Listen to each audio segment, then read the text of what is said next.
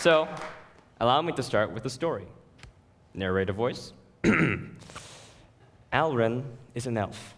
He is the youngest member of the Rune family, a family of incredibly powerful sorcerers.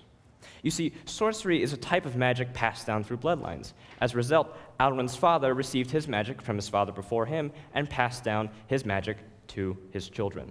Except for Alren. You see, Alren was sick at birth and therefore did not inherit his father's powers. As a result, he had to work tens, hundreds of times harder than his siblings before him to achieve just a fraction of their power. And because this was during a time of great war and strife, Alren was forced to confine himself to his studies day and night, reading through tomes of magical wisdom in order to just achieve. As such, his mother passed away when Alren was young, and his father had to come in and take care of him. But his father had been embroiled with that same war for thousands of years. He was jaded, cynical, and tired. As a result, there was much pressure on Alren to achieve as his siblings did from his father and also from himself to honor the family name. Now, in this story, Alren must reconcile with his father and especially with himself in order to achieve his destiny and step forward and take hold of it. So you might be wondering where this story comes from, and you might be thinking, well, is it from some sort of Netflix special that I didn't see, or is it from, a book that I never read, or maybe it's from some sort of mythology? And the answer is that the story actually comes from me. I wrote the story of Alren and all the stuff he goes through, but in more ways than one, Alren is actually an allegory for myself. You may have noticed that I'm not an elf. No pointed ears. My father actually isn't a very powerful sorcerer, and I don't even have any siblings. But despite that, writing through Alren's story allowed me to help me deal with my own issues at the same time. And I would like to share with you all today how writing a story can help you deal with your own messes. So let's get started. Why would writing a story work in the first place? Because you're writing about somebody else, not yourself. Well, let's talk about storytelling's very close cousin, journaling. A lot of therapists these days recommend journaling as a form of therapy. How many of you here actually journal yourself?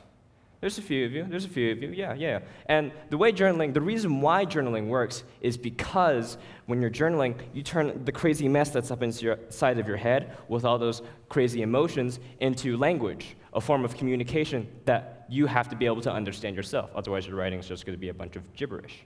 Storytelling takes that one step further and forces you to communicate your ideas not only to yourself, but also to everybody who reads the story. And I like to think of it like this. How many times have you gone up to a friend and said, well, I have this problem, and I have no idea what to do with it, because you're stuck in the moment. And your friend's like, oh, I know exactly what you got to do. You got to do this, this, this, and this. And you're like, oh, that makes so much sense. Why didn't I think of that before? You're the best person in the world. And you skip off happily ever after, right? Now, let's pretend you don't have any friends. I'm not saying that you don't have any friends, but sometimes you have issues that you don't necessarily feel comfortable approaching your friends with, so this is the case. So instead of a friend, why not have a character in a story that may or may not be similar to you, that is going through a situation kind of similar to you? And as you write that character through that story from that third-person perspective, what ends up happening is, as you're solving their problem, you're kind of indirectly solving your own problem, or at least figuring out how to solve your own problem. Great, so go and write a book. Easy, right? No. Writing a book is a lot, right? Because you see these things like Harry Potter and Star Wars and Lord of the Rings with these brilliant characters and, enticing worlds and these plot lines that interweave with each other. And you're like, how the heck do I write that? That's crazy. Well, maybe I can provide a little bit of insight into that. You see, writing, very, very simply, is answering a series of questions. You ask a question, you answer it. You ask another question, you answer that question, and you keep on asking and answering questions until you have a story. Great. So now you can write a book, right? No. There's a bit more that I can break down to help you out a little bit. Every single story has three main components. You've got your character, you've got your plot, and you've got your setting. And so, because we're dealing with a character study and studying ourselves, let's begin with character. And since we're asking questions, let's ask a question that allows us to study ourselves. Specifically, what problem do I have? And what problem do I want my character to go through? What is the main conflict of the story? For me, it was, well, I have math finals and SAT, and I've got to prepare for college, and all this other school junk, and that's great. You can write a story about that, but it's very hard. You're kind of pinholing yourself. So generalize it a little bit. Instead of specifically saying math finals, SAT, college prep, you can just say academic pressure. Great. So now you have a very decently compelling arc, and you can flesh out your character a bit more by asking a few more questions, like, what does my character look like? What does my character sound like? How does my character act when they're happy, or sad, or angry? And the thing that naturally comes from asking the question, what is my character's problem, is how does my character solve my problem, or what does my character do to solve their problem? And that leads us very nicely into plot. Plot is everything that happens inside of the story. It is the stuff that your character does. And there are two very key elements to plot. First of all, the plot must be character-driven. Character-driven means that your character is active inside the story. They're actively making decisions, and they're actively changing what's happening. This is important because that's reflective of real life. You see, in real life, things don't get handed to us as much as we would like that to happen, and so we have to be the ones actively making the change. And so that's the first part of a key element of plot. The second key element of plot is the inciting evidence, the call to action with the character.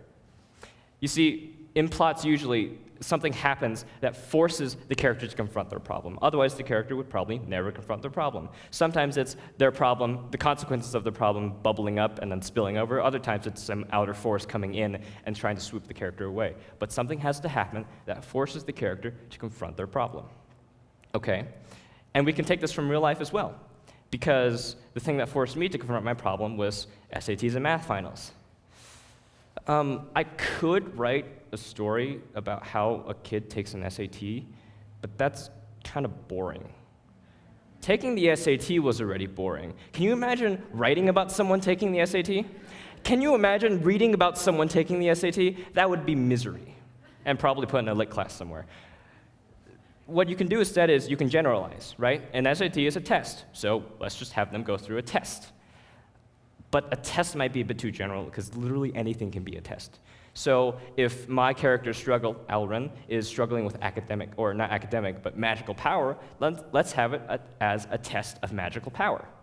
Okay? What's a test of magical power? Probably some sort of tournament that he has to partake in, facing off against, the best of the best, of course. And so we've got our main compelling plot. And now you can ask a few more questions to flesh out the plot as well. You can ask, who helps or hinders my character along the way? Specifically, helping characters could be friends and mentors. Friends are, the people that come alongside the character and lift them up. Mentors are usually people who guide along the character and then die halfway through. And then you've got people who hinder, right, who are blocking the character from their path. In this case, it would be Alren's father, who's putting the pressure on Alren, right?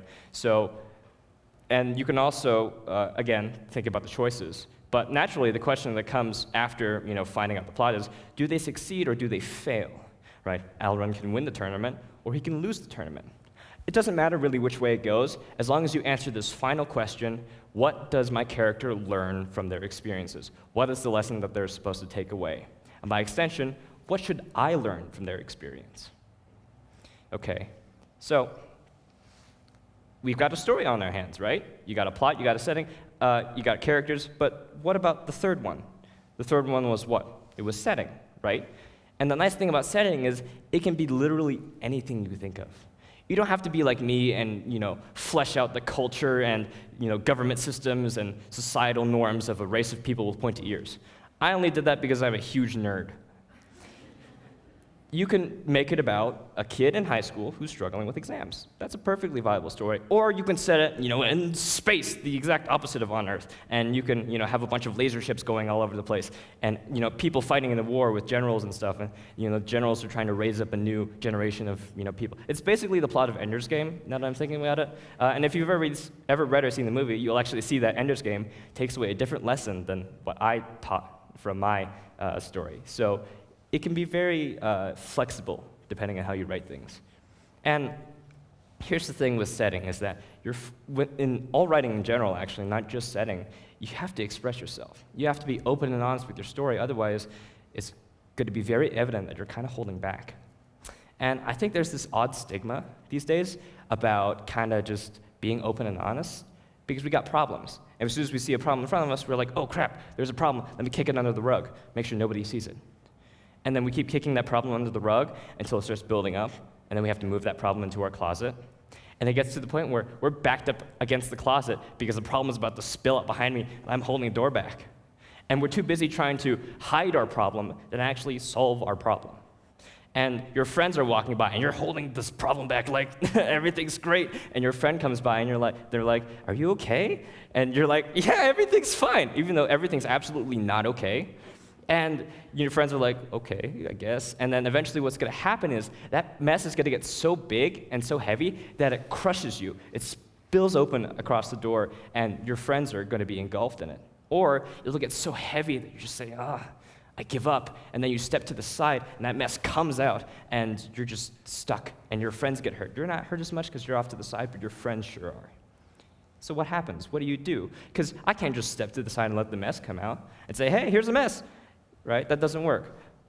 But I also can't keep holding up here, right? And the thing is, you also can't go inside because your mess is dangerous, it's toxic, and you have no idea what's there because you've been too busy kicking it under the rug.